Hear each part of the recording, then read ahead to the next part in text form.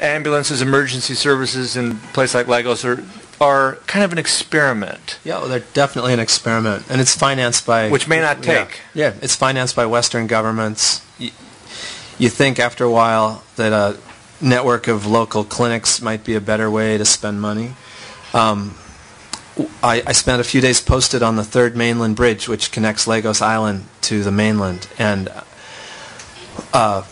it's one of the few straightaways that's not clogged with traffic all the time in Lagos, and people really go fast there, and they crash. And we would get calls for a crash, and we'd speed.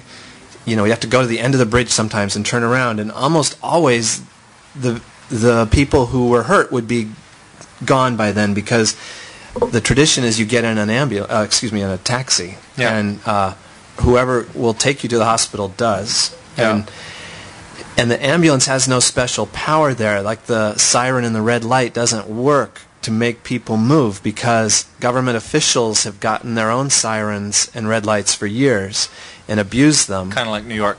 Well, yeah, but worse. And so you'll have a person bleeding in the back and the light going and the siren, and they don't care. And the previous generation of ambulances carried corpses instead of sick people, and also used the lights. So there's this, they have a big obstacle they need to surmount before ambulances could ever work there. Yeah. There's some other kind of aspect of modernization which seems to the good, like you ought to have ambulances in a city of 15 million, that you also sort of hold at arm's length and say, maybe not needed, maybe not appropriate. The book has this kind of open-ended quality, not a sort of judgment of, oh my God, Lagos is so messed up they can't support an ambulance service. It's more, well, maybe they don't need ambulances. Maybe there's some other, a lot of the pieces have that quality. And there is also this reminds me, a sort of tragic quality to a lot of this stuff, where, like, there's an East Africa, that story you did for the New York way back when, in East Africa is not reproduced here so much as kind of reprised, in that in recent years, Ted, who kept in touch with some of the people he wrote about way back then, talking about staying in touch with your subjects and worrying about their health. These are truckers who were exposed to AIDS, not having protected sex, and this one fellow makes it through all the years, and we go back under a pseudonym, we meet him again, and we sort of ride with him again, and that's the main action in this piece. And it's wonderfully dense, and it reaches way back through time, but it has this terrible ending where this wonderful AIDS researcher, this Kenyan guy who's sort of at the forefront of the quest for an AIDS vaccine. Why do some people survive? What is it that allows them to be exposed over and over and not get sick? He's attacked on the road by a gang and killed. Yeah. Boom. End of section. Sorry. No, it's like that. And this book's got all those qualities. I want to ask about. I know infrastructure is boring, but this highway, which is still not finished, this transcontinental South American highway, it's going to be finished? Yeah. In fact, there's more than one route. They don't all go through Peru.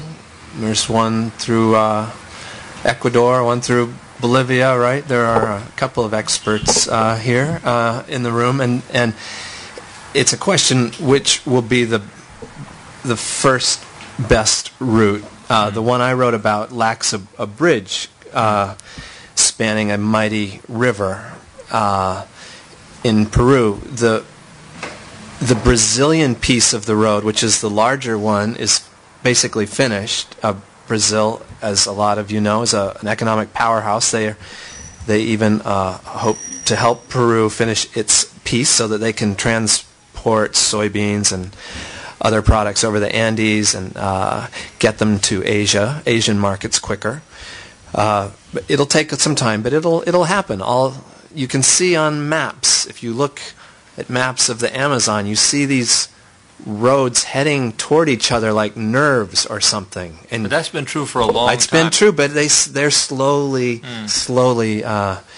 getting there. And it's true in Africa too, I guess, in sub-Saharan Africa. And yet, you know, in places the infrastructure is crumbling, but in other places it seems to be hooking up in this inevitable fashion. Mm-hmm. Yeah.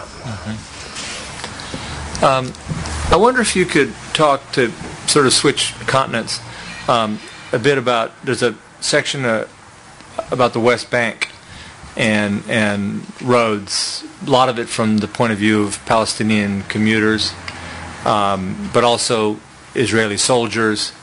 If you could talk a little bit about and of course the wall, unfinished as yet, but changing everything on the ground in Israel.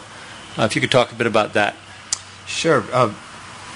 You know, I initially thought I would write about Iraq because I'm an American, and that's one of our wars right now. And roads in Iraq are one of our soldiers' greatest perils because they are so vulnerable to insurgent acts. I even got an offer to be embedded on the initial push into Baghdad, which my wife reminded me violated the terms of our non-war reporting accord, which has been in place for a while now. And I said, "Oh, okay, fair enough. Where else? Where else could I go?" And it was not long after that the parent of an Israeli kid on my son's soccer team turns out to be an Israeli general here to raise money for the Israeli Defense Forces, and told me that Israel had quietly loaned U.S. forces a number of armored vehicles for Iraq since we lacked them.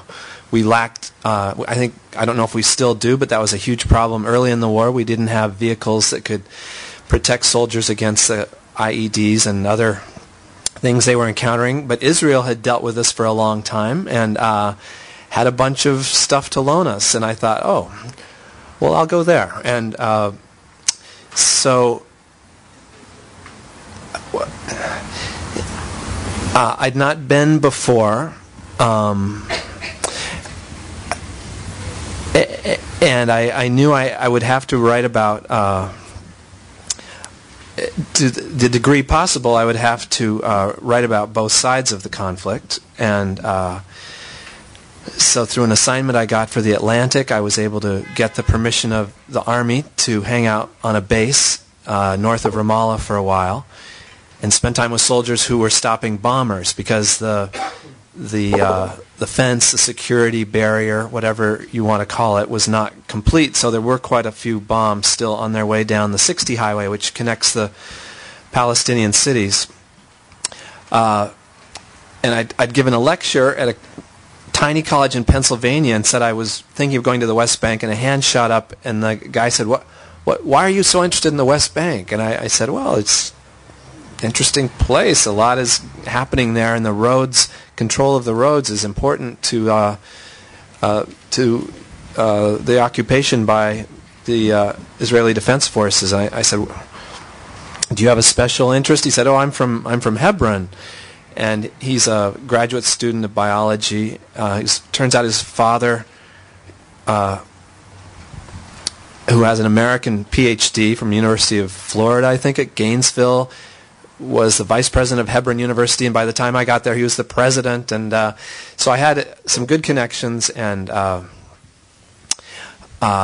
spent time with both sides, first watching how these soldiers run checkpoints, which is an arduous and awful kind of job that reminded me a lot of working in prison, actually. And it has, in fact, the soldiers' work in the West Bank is a lot like working in a prison, with, I think, a lot of the same lack of job satisfaction that comes with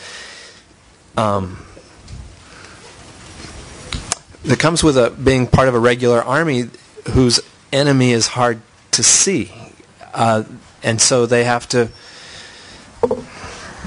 deal with civilians all day long instead of fighting other soldiers, and they lose their temper, and they don't always act in the way I think